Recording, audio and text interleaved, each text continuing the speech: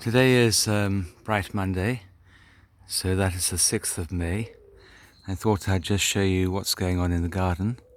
Quite a lot has happened since I last took a video. You can see that great, huge amount of brambles that used to be over here. They've largely gone. Put out some tables and chairs, a nice sunny spot. It gets nice and shady too at lunchtime, so it's a good place to go and sit and eat. You hear all the wood pigeons, the other birds all singing their heads off. The beehive in the distance over there. Maybe I'll come and show you all of that area too. There's a lot that's been happening around here. Matthew has done an amazing amount of work clearing sticks and stuff and taking dead wood out of the trees, particularly the pear tree. There's a huge loganberry, what do they call them? Canes, probably. You see the beehive in the distance there. This is the next section to tackle in this back garden. This is the loganberry along here. And then we've planted quite a large amount of things here. Melangell and Henry really helped. And you'll remember this was covered in nettles and what are those awful things called? Ground elder. So we've mulched it thickly with cardboard. You see the odd bit of cardboard still sticking up. And then all the things that we've chobbled up have gone over the whole top of it. So the raspberries seem to have survived. Paula's apple tree she gave me is there, and the apple tree that Colin Marina gave me is there, and I've planted some black currants, and there's some gooseberries still to go in, and then there'll be herbs and other things around here. There's a young prankster following me around wherever I go. Here is the loganberry. You see it's absolutely enormous. Goes right the way up there and down. Taken branches off some of these trees, has raised the canopy a bit. It's a huge amount to do.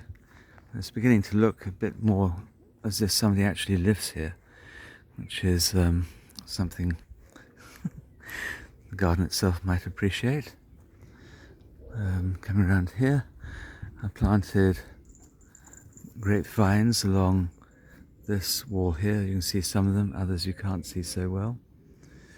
There's a bird bath. The birds don't use it, but I have noticed insects coming along and drinking out of that little bird bath.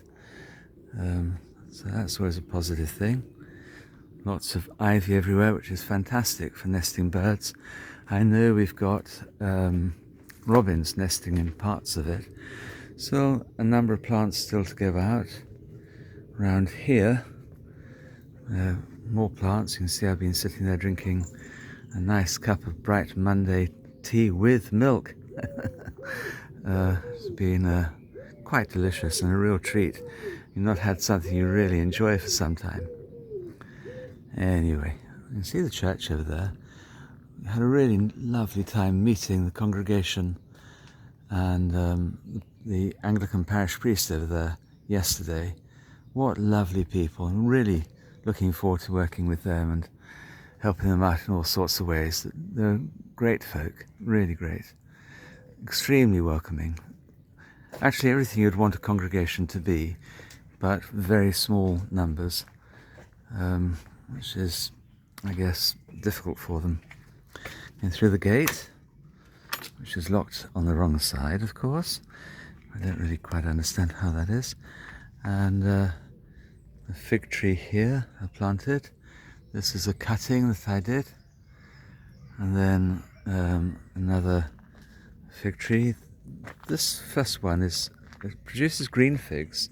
This one is a brown turkey, and there's another brown turkey there. And along the end we have an absolutely tiny olive tree. I was going to fill that space eventually. Another apple tree, and then we've it looks as if we've done something really stupid. But rather than dig up all the turf and then have to think about ground cover, we've left a lot of the turf where it is and then planted things into it, and we'll gradually extend the little beds as we have things to plant there, and take away the ground cover. Here's the other side of the house. I don't think anybody could say it's a beautiful house, built in 1976 apparently, but it's a really convenient house to live in. Look at the leaves on this beautiful Acer.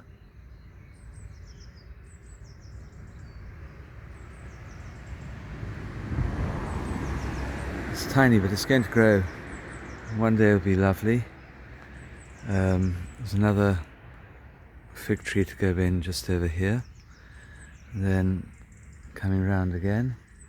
I don't know why it is, I can never quite get my head round that I'm not living in the Mediterranean or in Asia and plant things that are really quite tricky to grow. Here's another Acer.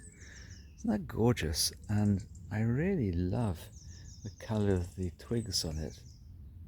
So beautiful. Melangell did some fantastic work over here. You can see all the things that she managed to get out of the ground. Nobody's touched this garden for a long time. This little section here is going to be pretty one day. Needs a great deal of cutting back, rearranging, and these hollies, which were probably planted as bushes, have become terribly overgrown. You see another view of the church. You can see it's actually quite attractive. Could be very nice. Garage, and go back again and see the cross welcoming everybody in. That's probably enough for today. Oh, just one more thing. One of my favourite plants. My sister gave it to me the other day. Here it is.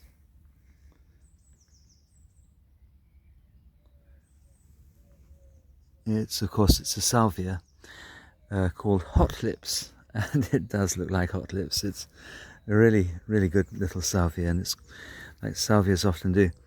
Got a lovely aromatic scent to the leaves as well. So it's going to be planted somewhere in this area. I just want to have a look to see how these plants develop over the next few days, and then find a good place where it's got white and red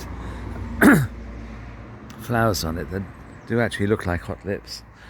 And true to form, Prankster's still following me around. He's feeling camera shy, so now he's running away. Right, that's enough for one day. God bless you, keep you. Christ is risen. Amen.